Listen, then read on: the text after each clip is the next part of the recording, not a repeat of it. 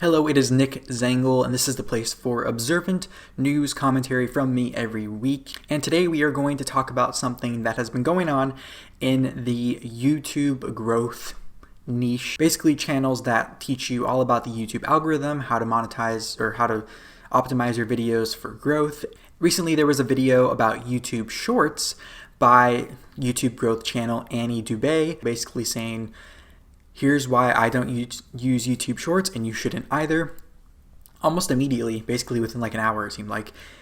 Another channel that does YouTube growth that actually has been covering YouTube Shorts and how to use them to your advantage, how to use them to grow your channel, the good and the bad, how to do them, all the sorts of things, a lot of data and analytics with it. That channel, Channel Makers, hosted by Nate, did a reaction video basically rebutting a lot of the things that Annie claimed in her video. Some people are calling this drama, but I just see it as kind of a miscommunication, learning experience, kind of self-proclaimed by someone involved here, which I'll touch on later, an overreaction, but there's a lot to learn here. And while it is becoming a more dramatic development over as this kind of lingers on, I think there are lessons to be learned, not only as you, the viewer, and me as a viewer of other channels as well, but also if you are a viewer who is aspiring to maybe have a channel of your own at some point or is just starting a channel, and to seasoned content creators, and especially if you're a content creator who gets a lot of questions asked and you refer people to content to help them grow their channel. And this is why I'm filing this under kind of a private business practices video on my channel and not necessarily the internet culture videos that are more of like news and drama tea type content. And although I watch both Nate and Annie's channels, I only really subscribed to Channel Makers from Nate because I liked his information on YouTube Shorts. I've learned actually a lot from both channels and also some other YouTube growth channels. So I actually saw Nate's reaction video pop up in my homepage recommended first. So I watched his, and then I went to Annie's video and watched hers. And then I left a comment first on Annie's, disagreeing with her opinion, and then I basically took that comment and copy and pasted it to Nate's video, but just changed a few things that were addressing him instead of her. But I'm only able to share my comment from her channel because my comment there is still up because her video is still up and Nate's video is no longer up, which I will address later. In my comment, I said, while I agree Shorts may not be a great fit for everyone, I disagree with your opinion on Shorts lacking passion. In my case, I'm passionate about my full-length videos and want people to see them. So I take sound bites from my full-length video to get people to the main video via Shorts. Also, people who may not stay until the end of a full video may see a short and revisit the video after seeing a part toward the end they didn't know about or missed. Further, I don't send shorts to subscriber feeds or notifications, so I can get them in front of new viewers without flooding existing viewers' feeds or notifications who are more likely to watch the full-length video anyways. Unexpectedly, trying to make shorts out of my full-length video has helped me understand audience retention on a different level because it forces me to only keep essential parts of the video for that short, helping me know what I need to cut in future long-form videos. Annie then replied, "Thank you for taking the time to comment. Again, this video is an opinion piece, not a fact. We can totally have different opinions, and that's not to say people can't put passion and hard work into their videos. I just mean I personally can't watch a 15 or 30-second video and see as much passion as I can in a video where someone has time to express themselves." I replied, "I completely respect your opinion. I think this is a great conversation starter." Annie replied, "Absolutely." Then I said, "I'll add, I think people reacting to your video is a compliment to you. I think it means you are doing something right." And she said, "The reaction itself was a bit of a sting, but I think the comments were what really hurt. Seeing people call me a fraud and some of my own subscribers turn on me so fast." And then I replied, "Wow, I didn't see that. Are you referring to Channel Makers' video?" And so that was my interaction with Annie in her video comment section. I didn't have a chance to respond or get a reaction from Channel Makers because the video was taken down very quick before I think they even saw my comment. Usually they will like heart it or whatever. She had a pinned comment on her video basically saying what she kind of said to me, which was another reaction video was up. She didn't specify whose channel it was or what video, so that's why I asked which one she was referring to because I didn't know if there was multiple out there. I had only seen one. And so that was kind of my interaction with her, and I never got a response to my last question. And since there was no response, and I'm guessing she was talking about Channel Makers' video, which after I saw her not respond, I realized his video was taken down. Again, this is all speculatory. I don't have proof of this. I'm not in Annie's head, but I'm just kind of putting pieces of the puzzle together from what I've seen her say on her channel versus what Nate has said on his channel and kind of the vibes I got.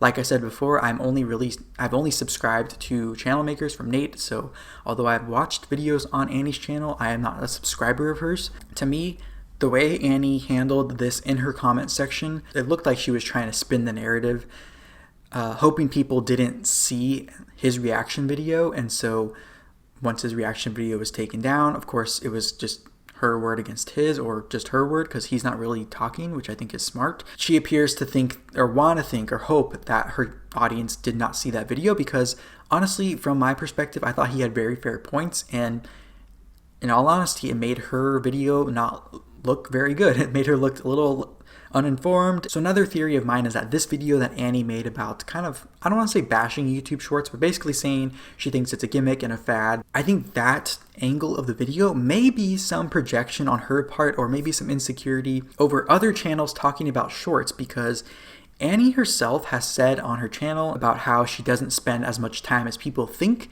on her channel creating content or answering comments, whatever it is. And she gives this impression that she is very efficient, which I think is good, at making content and editing and uploading and whatnot. And so to me, when I know that about her channel and her reaction to people who are covering YouTube Shorts and using YouTube Shorts, and the YouTube growth channels that are talking about YouTube Shorts and really diving into the analytics behind it, the methods behind it, trying to help people who want to take advantage of it to grow their channel and get more exposure, they are putting a lot of time and research and case studies and trying it themselves and kind of seeing what works, what doesn't. They're doing a lot of that work to give value to their audience as a YouTube growth channel. And that is showing to the viewers of those channels how committed those people who run those channels are to helping their viewers grow their YouTube channel. Whereas Annie, and I've seen some comments about this and I've feel this way a little bit, might be just regurgitating or kind of repackaging in her own way information that is already out there. So to me, those channels that are covering YouTube Shorts and this new feature and putting all this work into analyzing it, researching it, studying it, trying it themselves, looking at other people trying it, whatever it is, that could be a threat to her. Especially if she's someone who says she doesn't spend as much time as people perceive she does on her channel. Seeing these other people who are covering this new topic and putting a lot of time and effort, it appears, into covering that, it could be kind of triggering some of the things that maybe make those other channels stand out more than her or make those more valuable than her channel. And that could have acted as blinders for her when she was creating this video that kind of strayed from her theme of her channel, which is helping people have a successful YouTube channel, which is why people like myself and others were drawn to her channel. I think if she wasn't being blinded by something like this, I don't think she would have made this video, because it appears to contradict a lot of the things she stands behind on her channel. So it's kind of an out of place video, in my opinion, for her channel, which I think is why there was such a, I don't want to say harsh, but a big reaction from some channels to that video. And at the end, I'll touch on kind of ways I think Annie could actually rectify the situation and actually come out on top. So obviously, I don't know for sure what is happening behind the scenes between Annie and Nate, but what I do see is that Annie's video is still up and Nate's video is not at this point at the time of filming. But in her now deleted community posts and pinned comment, and some comments she mentions not liking the way Channel Makers went about it by not reaching out to her first before reacting, which I think personally comes off a little entitled and controlling. And it's kind of that beauty of the internet, and for lack of a better term, the beastly side of the internet, is that, especially on YouTube, is you can post what and when you want, whether people like it or not. So while it may be a courtesy to reach out to someone before reacting to their content, not doing so does not discredit what that reaction video, the person reacting to it, has to say. Having a dissenting opinion on someone's video in your reaction video, I don't think is grounds for a copyright strike, which is what Annie appears to have done to Channel Makers' video, which she, in her live stream yesterday, or a few days ago now, appeared to address, saying she is trying to get that removed and rescinded. So I think people are learning their lesson in this. But in my opinion, if you feel so strongly about your side or what you have to say, why don't you react to their reaction and kind of have this back and forth, good, open dialogue, kind of debate, if you will, instead of trying to silence them. Because to me, when you're trying to silence others who have a different opinion than you, it calls into question the validity of your argument. So Nate's channel, Channel Makers, has been doing